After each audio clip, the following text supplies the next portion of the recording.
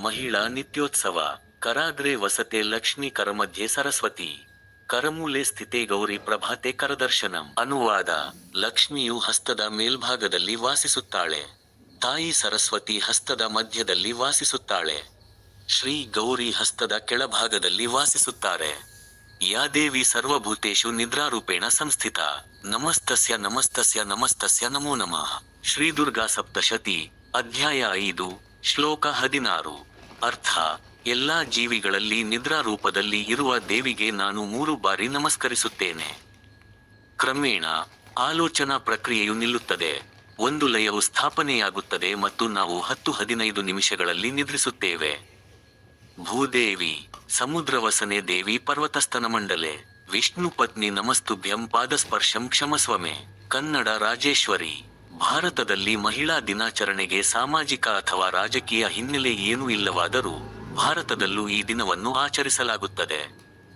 ಈ ದಿನ ಸಾಧಾರಣವಾಗಿ ಗಂಡಸರು ಮಹಿಳೆಯರಿಗೆ ತಮ್ಮ ಗೌರವವನ್ನು ವ್ಯಕ್ತಪಡಿಸುತ್ತಾರೆ. ಆದರೆ ಭಾರತಕ್ಕೆ ಮಹಿಳಾ ಸಮಾನತೆ ಎಂಬುದು ಹೊಸ ಕಲ್ಪನೆಯೇನಲ್ಲ. ಅರ್ಧನಾರೀಶ್ವರ ಎಂಬ ಅದ್ಭುತ ಕಲ್ಪನೆ ಹುಟ್ಟಿದ್ದು ಭಾರತದಲ್ಲಿ. ಪ್ರಕೃತಿ ಅಥವಾ ಹೆಣ್ಣು ಹಾಗೂ ಪುರುಷ ಅಥವಾ ಗಂಡು ಒಬ್ಬರಿಂದೊಬ್ಬರು ಬೇರೆ ಅಲ್ಲ, ಸೃಷ್ಟಿಯಲ್ಲಿ ಇವರಿಬ್ಬರದು ಸಮಪಾಲು ಎಂಬುದೇ ಅರ್ಧನಾರೀಶ್ವರ ಎಂಬ ಕಲ್ಪನೆಯ ಸಂಕ್ಷಿಪ್ತ ಅರ್ಥ. ಪಶ್ಚಿಮ ರಾಷ್ಟ್ರಗಳ ಸಂಸ್ಕೃತಿಯಲ್ಲೆಲ್ಲೂ ಹೆಣ್ಣಿಗಿಲ್ಲದ ದೈವಿಕ ಪಟ್ಟವನ್ನು ಕೊಟ್ಟಿದ್ದು ಭಾರತೀಯರು. ಋಗ್ವೇದದಲ್ಲಿ ಲೋಪಾಮುದ್ರ ಹಾಗೂ ವಾಕಂಬ್ರಿಣಿ ಎಂಬ ಆ ಕಾಲದ ಪ್ರಬಲ ನಾರಿಯರ ಕೊಡುಗೆ ಇದೆ. ನಮ್ಮ ಗಾಯತ್ರಿ ಮಂತ್ರ ಕೂಡ ವೇದಗಳ ತಾಯಿ ಎಂದು ಕರೆಯಲ್ಪಡುವ ಗಾಯತ್ರಿಯನ್ನು ಕುರಿತಾಗಿದೆ. ವೇದಕಾಲದಲ್ಲಿ ಸಮಾಜದಲ್ಲಿ ನಾರಿಗೆ ಪುರುಷನಿಗೆ ಸಮಾನವಾದ ಹಕ್ಕುಗಳಿದ್ದವು. ಶಿಕ್ಷಣದಲ್ಲಿ ಸಮಾನತೆ ಇತ್ತು. ಆರ್ಥಿಕ ವಿಚಾರಗಳಲ್ಲಿ ಪತಿ ಪತ್ನಿಯ ಸಲಹೆ ಕೇಳುತ್ತಿದ್ದ. ಆದರೆ ಒಂದು ಹಂತದಲ್ಲಿ ಭಾರತೀಯ ಸಂಸ್ಕೃತಿ ಹೆಣ್ಣಿಗೆ ಕೊಟ್ಟ ದೈವಿಕ ಪಟ್ಟವೇ ಅವಳಿಗೆ ಮುಳುವಾಯಿತೆ ಎಂಬ ಪ್ರಶ್ನೆಯೂ ಬರುತ್ತದೆ. ನಾರಿ ಕ್ಷಮೆಯಾಧರಿತ್ರಿ ಹೌದು, ಆದರೆ ತನಗಾಗುವ ಎಲ್ಲ ಅನ್ಯಾಯವನ್ನು ಸಹಿಸಿಕೊಳ್ಳಬೇಕೆ? ತಾಳ್ಮೆ, ಕರುಣೆ ಮುಂತಾದ ನಾರಿಯ ಗುಣಗಳು ಸಮಾಜದಲ್ಲಿ ಅವಳ ಸಮಾನತೆಯನ್ನು ಪುರುಷರು ಕಸಿದುಕೊಳ್ಳಲು ಕಾರಣವಾಯಿತೆ. ಭಾರತೀಯ ಸಂಸ್ಕೃತಿಯ ಉದಾತ್ತ ತತ್ವಗಳ ಅಪಹಾಸ್ಯವೆಂಬಂತೆ ನಮ್ಮಲ್ಲಿ ಸತಿ ಪದ್ಧತಿ, ವರದಕ್ಷಿಣೆ ಮುಂತಾದ ಪಿಡುಗುಗಳು ಹುಟ್ಟಿಕೊಂಡವು. ಹೆಣ್ಣಿಗೆ ಶಿಕ್ಷಣ ಇಲ್ಲದಾಯಿತು. ಈಚೆಗೆ ಹೆಚ್ಚಾಗಿ ವರದಿಯಾಗುತ್ತಿರುವ ಅತ್ಯಾಚಾರದಂಥ ಕ್ರೂರ ಅಪರಾಧಗಳಿಗೆ ಕೂಡ ಭಾರತೀಯರು ಸಾಕ್ಷಿಯಾದರು. ಸಮಾಜದಲ್ಲಿ ಹೆಣ್ಣಿನ ಸ್ಥಾನ ಕುಸಿದಂತೆ ಹೆಣ್ಣನ್ನು ಹೆರುವುದೇ ಅಪರಾಧ ಎಂಬಂತಾಯಿತು. ಸ್ತ್ರೀ ಭ್ರೂಣ ಹತ್ಯೆ ಪ್ರಾರಂಭವಾಯಿತು. ಆದರೆ ಇದೆಲ್ಲ ಭಾರತೀಯ ಸಂಸ್ಕೃತಿಯ ದೋಷ ಎಂದುಕೊಳ್ಳುವುದು ತಪ್ಪು. ನಮ್ಮ ಸಂಸ್ಕೃತಿಯ ತತ್ವಗಳು ಪಾಲನೆಯಾಗಿದ್ದರೆ ಈ ಸ್ಥಿತಿ ಬರುತ್ತಿರಲಿಲ್ಲ. ಭಾರತದಲ್ಲಿ ಹೆಣ್ಣಿಗೆ ಸಮಸ್ಯೆಗಳೇನೇ ಇದ್ದರೂ ಅವುಗಳನ್ನೆಲ್ಲ ಬಗಲಿಗಿಟ್ಟು ಮಹಿಳೆ ಎಲ್ಲ ರಂಗಗಳಲ್ಲೂ ಪುರುಷನಿಗೆ ಸಮಾನವಾಗಿ ಸಾಧನೆಗೈಯುತ್ತಿದ್ದಾಳೆ. ಭಾರತ ಹೆಣ್ಣು ಪ್ರಧಾನಿಯಾಗಿದ್ದನ್ನು, ರಾಷ್ಟ್ರಪತಿಯಾಗಿದ್ದನ್ನು ಕಂಡಿದೆ. ಭಾರತ ಅವರಿಗೆ ಒಂದು ವೇದಿಕೆ ಒದಗಿಸಿದೆ ಎಂಬುದರಲ್ಲಿ ಎರಡು ಮಾತಿಲ್ಲ. ಪ್ರಖ್ಯಾತ ಬಹುರಾಷ್ಟ್ರೀಯ ಕಂಪನಿಗಳ ಹಿಂದೆ ಗಂಡಿಗೆ ಸಮಾನ ಶಕ್ತಿಯಾಗಿ ದುಡಿದ ಮಹಿಳೆಯರಿದ್ದಾರೆ.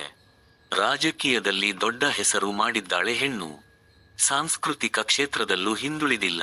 ರಂಗಭೂಮಿ, ಸಂಗೀತ, ಕಲೆ, ಚಲನಚಿತ್ರ ಎಲ್ಲ ಕ್ಷೇತ್ರಗಳಲ್ಲೂ ಹೆಣ್ಣಿನ ಸಾಧನೆ ಮುಂದುವರೆದಿದೆ. ಮೊದಲೆಲ್ಲ ಚಲನಚಿತ್ರಗಳಲ್ಲಿ ನಟನೆಯಲ್ಲಿ ಹೆಸರು ಮಾಡುತ್ತಿದ್ದರೆ ಈಗ ತಾಂತ್ರಿಕ ಕೆಲಸಗಳಿಗೂ ಹೆಣ್ಣು ಕೈಹಾಕಿ ಯಶಸ್ವಿಯಾಗಿದ್ದಾಳೆ. ಹೆಸರುಗಳು ಅನಗತ್ಯ. ಈ ಸಾಲುಗಳನ್ನು ಓದುತ್ತಿದ್ದಂತೆ ನಿಮ್ಮ ಮನದಲ್ಲಿ ಆ ಹೆಸರುಗಳು ಬಂದೇ ಬರುತ್ತವೆ. ಸಮಾನತೆ ಎಂದರೆ ಯಾರು ಮೇಲೂ, ಒಂದು ಕೈ ನೋಡಿಯೇ ಬಿಡೋಣ ಎಂಬ ಪೈಪೋಟಿಯಲ್ಲ.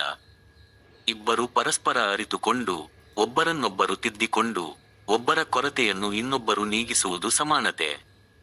ಒಬ್ಬರಿಗೊಬ್ಬರು ಪೂರಕವಾಗಿರಬೇಕು, ಒಬ್ಬರನ್ನು ಇನ್ನೊಬ್ಬರು ಸಂಪೂರ್ಣಗೊಳಿಸಬೇಕು. ಅರ್ಧನಾರೀಶ್ವರದ ಕಲ್ಪನೆಯೇ ಇದು.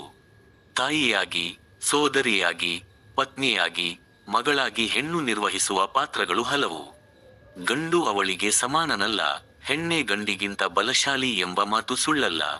ಇದು ಸೃಷ್ಟಿ ಹೆಣ್ಣಿಗೆ ಕೊಟ್ಟ ಶಕ್ತಿ. ಹಾಗೆಯೇ ಗಂಡು ಈ ಶಕ್ತಿಯನ್ನು ಅರಿತು ಅದರ ಸದ್ಬಳಕೆಯಾಗುವಂತೆ ನೋಡಿಕೊಳ್ಳಬೇಕು.